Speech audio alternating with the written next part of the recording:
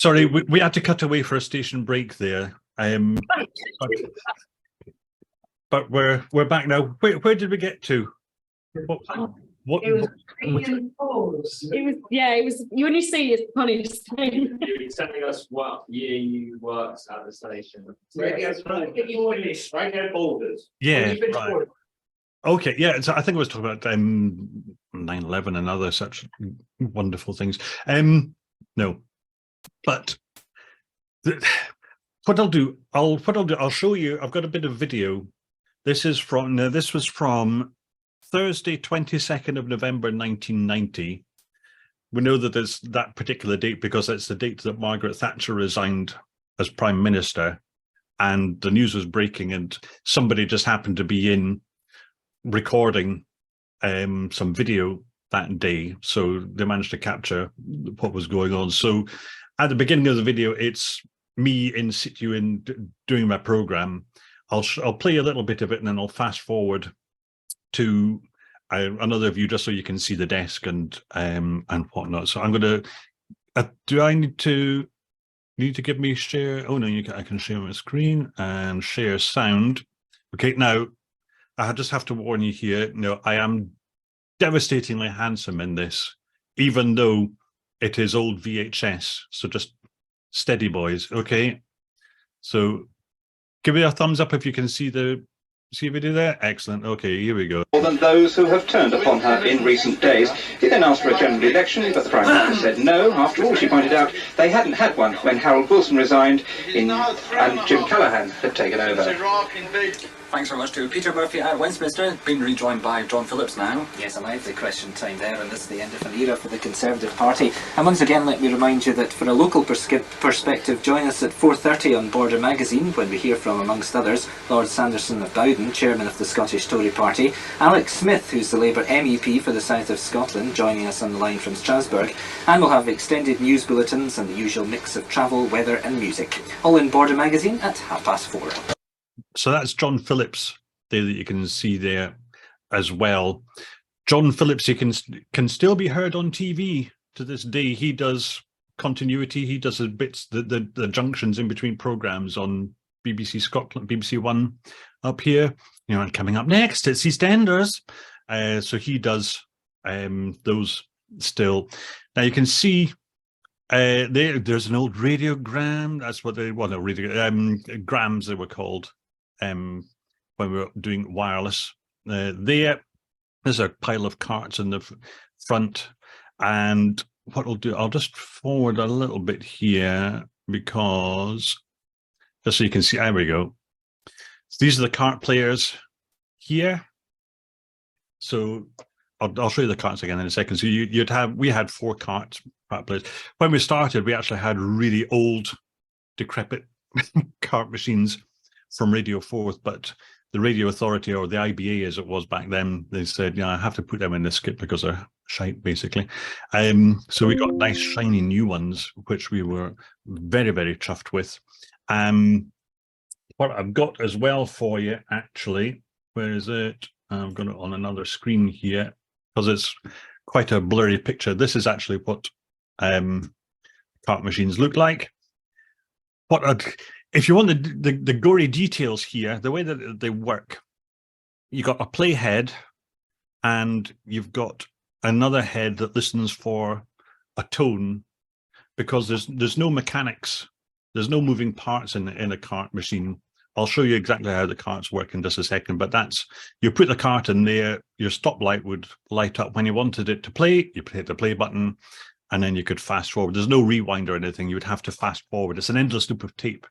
So you just have to wind it through until it gets back to the beginning. So that is that. And the ubiquitous cup of coffee. You always had to have a cup of coffee in the studio. The main purpose of having a cup of coffee was to pour it down the desk, especially if you had lots of sugar in it, because that would really caramelize in the heat of the circuit boards in there. And that was just to wind up the engineers. Because they loved, there's nothing more that they loved than going in and trying to clean up a desk. These are CD players that we had. And the way that these worked, you actually had a cartridge that you put the CD into. You put the disc into a cartridge, and then the cartridge would go into this player, and then you had a little knob on there that you would rotate left and right to get your track number, and then you could it's just play button and pause, etc. This here, these are the boards for answering the phone. You would answer. We had 6 lines or 8 lines coming in. I can't remember. It was 6 or 8 lines that we had. So you had like 1, 2, 3, 4, 5, 6, and then a whole bunch of blank ones. So you'd answer it on there, and if you wanted to speak to somebody on air, then you would hit the appropriate red button over here. That would put them through to the desk, and there's a fader on the desk that you could use just for putting them on air. Is there anything? Oh, so that's your presenter mic there. Now this was actually an old American desk that there was secondhand. Practically everything that was used for setting up the station was secondhand. And what else we got? Oh, look at that! Oh, lovely view of the desk. Great times. I'll come back to you. I'll explain very quickly how the cart machines work. Does anybody know how these work already? Yeah? Or people, give me a thumbs up if you do not know how these work. Right, you don't know how. Okay, so endless loop of tape inside of these, and they come in various durations. You could tell what the duration was by on here it says 90 seconds, and that's 57 feet of tape. Like this is a 35-second one there that I've got. You could get them up to about 4.5, 5 minutes. So the way that these work is when you pushed it in to the cart machine, see this little hole here, there's a pinch wheel.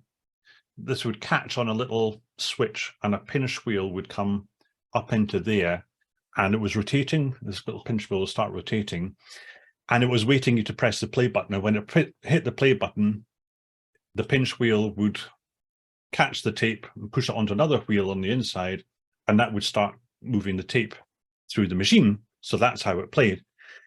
What you have here, these are the 2 slots for the playhead and the pickup head. What the pickup head is doing is it is listening for an inaudible tone. When you're recording onto one of these, you would, if you're recording a commercial or whatever, at the end, when the commercial is finished, you would hit what's called the tone button, and that would lay down this inaudible tone onto the tape that the cart player listens for, so it knows, oh, I've come to the end. I'm going to fast forward now until I get to the beginning of the tape again. How does it know it's got to the beginning of the tape? Because there's another tone at the beginning there. So it's all with these kind of tones things. These are actually based on the old 8 tracks you used to get in cars way back in the day. And if you remember 8 tracks, then you're older than you're actually telling everybody else in the room. So that's what these are based on. You can still pick up old cart machines on eBay and whatnot, but these were replaced by, we had them until the year 2000, when we got a playout system called Encodad, digital audio delivery by the company called Enco, and that was what we started using for playing out commercials and jingles. But the thing is, up until then, you might have seen on the video there, I had a couple of racks of CDs. We could go into the studio and play anything. I've just realized I'm rabbiting on here. It's nearly 8 o'clock. I'm sorry. Is it okay to carry on? Are you all right with that, Alex? Yeah, don't forget we had that interlude earlier. Yeah, we did actually. Yeah. Yes. No, keep going. That was a pause for reflection as well, wasn't it? So yeah, we could just go in and play what we wanted within the station sound, and it was great. So you would basically you could just make up the program as you went along, which was really good as well, because you could, if something just took your ear, actually, do you know what would go well with this, or that something happened and you think of an appropriate song. And I built up. I had the most encyclopedic knowledge of the record library or the CD library. I could go into if I thought Bruce Springsteen Dancing in the Dark, that would go really well. I could go in, find exactly where the CD was, and dash back into the studio in about 15 seconds. And that was fabulous. We were one of the few stations to allow that were allowed to do 100% free play, as it was called. There was most stations were computerized with the selections of music, and that was done by a program called Selector, which is still running to this day, as far as I know. And Selector would just, what you would do with Selector is every hour of the day is broken up into a clock. Okay, so you say, out of the news, you would come out with what's called a power song, and you'll notice whenever you come out of a news bulletin, there's always a really punchy song. You go, oh, fuck yeah, that's a yes, a good one. So you always have a power song there, and so what Selector would do, you say, okay, power song there, oldie there, AOR there, current song, etc. Station break at these points, and every song in the database is tagged depending on, you know, its tempo, it's whether it's a female, because what you didn't want to have, you didn't want to have 3 female artists in a row. Oh no, you couldn't do that. You couldn't. You'd want to have. You could say, okay, we want to have. You wouldn't want to have 2 songs by the same artist in the same program. So you'd have to have program separation for these. So you'd build in all these rules, and then Selector was basically left to run. In the early days, they would have to leave Selector to run for hours to make up a day's worth of program, and then it would just spurt out, you know, all these lists of, you know, play this song and this song and this song, and then so the presenters would go to the record library, pull out all the records, and then. But nowadays, it's all just, you know, everything's computerized, so they not only pick the songs, but the songs are there on the computer. So, you know, the presenter just, you know, press a button and the next song comes along. That's why my musical knowledge after 2000 is really crap, because before then you had to know every song, and that, you know, every new song that came along, you had to know it and what it was like and where it would fit in with other stuff that you were playing. But when Selector came along and was picking all the music, I got lazy, to be honest, and you would, all right, what's the next song? And it would just play. There's another, they got another new system in, which I can't remember what the hell it was, Dalet or something it was called, and it was an awful system. But what they liked about that was the fact that you could do networking so much easier with this. And this has been the death knell for local radio, because the radio station that I started at, Radio Borders, and this is, how is this for irony? Radio Borders will stop. It will cease to exist on my birthday on the 3rd of April this year, because, and this makes me fill up actually here, because it's being swallowed up by the Greatest Hits radio network. It's a Bauer station, and so the Radio Borders name, the thing is that there's only actually one, up until now, there's only one local program comes out of there each day, and that's the breakfast show. Everything else is networked, which means, you know, loads of stations get the same program. But from 3rd of April, it's just going to be Greatest Hits radio that is going to be coming out of there. And what you can do with technology now, I mean, presenters can work from home. You don't even need to have a central place. They don't need to go into a radio station. Everybody can work from home if they want. But what you can do is you can have the presenter sitting in the studio in Glasgow, say, and they're doing programs for they're doing one program for all the stations around the country. What they could do is they can record very quickly. This is Andrew on Clyde 1. This is Andrew on Clyde on 4th 1. This is Andrew on. So you can record this little snippet for all the stations. Sits there, presses a button. The correct one goes out to each station, and then he comes in straight after with the rest of his links. So people think they're getting a local program where they're not. They're not getting anything of the sort. And another just very quick thing about how technology, if you listen to Absolute Radio or any of these, you can listen to, if you listen to like Breakfast Show on Absolute, you can actually choose the genre of music that you want. Because if you listen to Absolute 60s, 70s, 80s and 90s, or the main absolute station, you get the same program, you get the same presenter, but the music is the genre, either 60s or 70s. And all it is the presenter sits in the studio. When he wants a song to start, he just presses the button. The different stations get their music.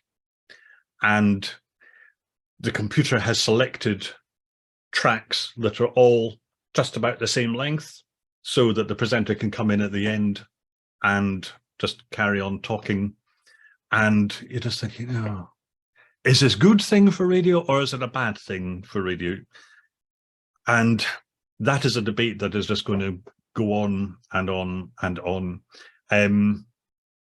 So I've capered on that. So that's a good half hour of giving you there. Apologies for rabbiting on so much. I'd love to, if you've got any questions or anything, I'd love to hear them. Yeah, so has anyone got any questions? I knew you were gonna. Don't be shy now. Yeah. All right. I'd love to. You've got to say what your name is and where you come from. My name is Max. I'm from Kent. Hi, Max. What have you been up to today, then, Max? So, what's your question, Max? I was interested in you talking about the way that radio is moving, and I've had a few years' experience in radio myself, actually, for a local level. So your stories really relate to me. Excellent. As a radio producer for local radio. So I'd be really interested to hear from you where you think radio is going and what you think the differences are between radio and podcasting, and whether you think they're going to sort of blur almost together in the future. Okay, who let Max in the building? Okay. I've been waiting for half an hour because I knew Max was going to do this. That's a great question. Okay. The way that radio is going, it's all homogenizing, okay? Because we could see it. Radio Borders was started up, just to use my own experience, Radio Borders was started up by Radio 4. They had a 50% share in it, and some of the, like the local paper and Co-op and whatnot, they owned the rest of the shares. Then Forth kind of combined with Radio Clyde and formed Scottish Radio Holdings. SRH, no, Scottish Radio Holdings, SRH, they sold to EMAP. And you could see, okay, this is the way that it's going. You're just going to become part of a larger and larger and larger group. And when I said I left Radio Borders on the 4th of November 2005, that was because up until the EMAP days, Borders have been allowed to get on with it. We had, here's the thing, when we started in 1990, we had the highest reach of any station. We had 68% reach. Okay, Max will understand what that is. A reach is basically, you have what's called a TSA, a total survey area. It's basically the amount of the number of people that are in your area that could potentially be listening to you. And every quarter you would get your RAJAR, JICRA as it was back then, but it's now RAJAR, Radio Joint Audience Research. And you would get your reach figure and you would get your hours figure. So the reach is a percentage of people in your area that listen to you for at least 5 minutes a week. And your hours are the average number of hours that they listen to. We had 68% reach. No other station had ever had that, and no other station has ever had it since. That was a record. We won the Sony Radio Award for Station of the Year the following year, and we also won it 2 years after that. And do you know what? The bastards that came along to rip out the station, rip out all the studio stuff when they sold the building, when they were closing down the Radio Borders building, they threw the awards into a skip. Can you believe that? Fortunately, they were saved by somebody and they've been passed on to a local history society. But that kind of sums up the attitude that they have to local radio. It's a numbers game. That's all it is. And if we can save a few grand by, let's just network everything. We can make people still think they're getting, because you can still get your local commercials just by you press a button and all the stations get their own local commercials and news bulletins and all that shit. But the innate localness, and that was what was wonderful about Radio Borders in its heyday, was because our door was open. Literally, people who were passing by could come in, and sometimes we'd go, come into the studio and come here, come and sit yourself down, say hello, where you're from, and and all this. People so felt part of it, and that's just been eroded, and chipped away and chipped away. So as that has been happening, community radio has been building up, but the thing is that community radio actually has more hoops to jump through nowadays with the radio authority, with Ofcom, than the big players. The Ofcom should basically just bend over and take one for the team from the big players, and they just seem to spend their time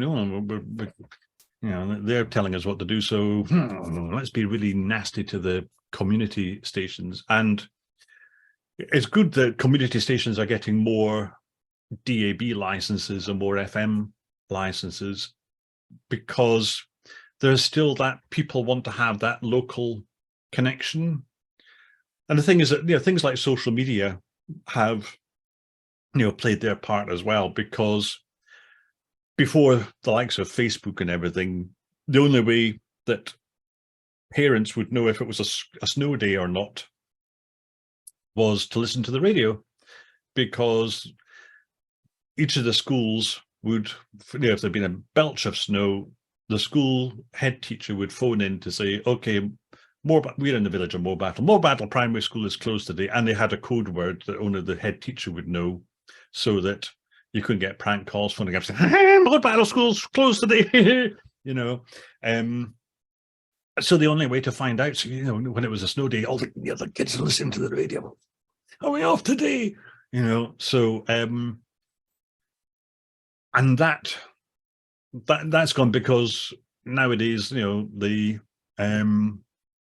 it's all done on social media. Another thing, funnily enough, it's actually, social media has been the death knell of local papers as well, because, for example, we have one cinema in our whole area, and it used to have to advertise in the Southern Reporter, the Berwickshire News, and the Berwick Advertiser, which are all owned by the same group, and they had to spend hundreds of pounds every week just to get an ad in the paper saying, here are the films.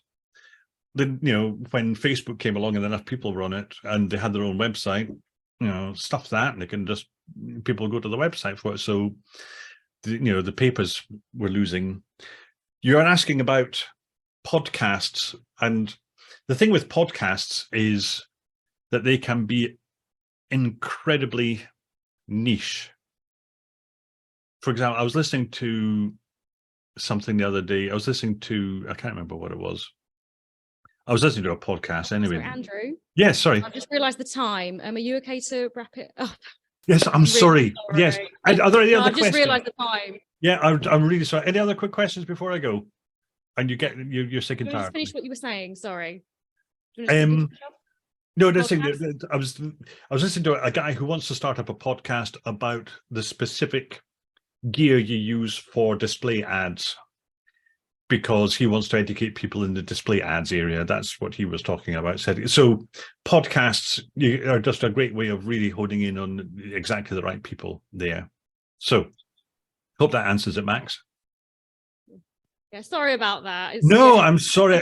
It's just when I get going, you have to shut me up, and by all means, tell me. Right, well, I think that's all the questions, so we're going to wrap it up. Oh, thank you. You're very welcome. Thanks for having me, everybody.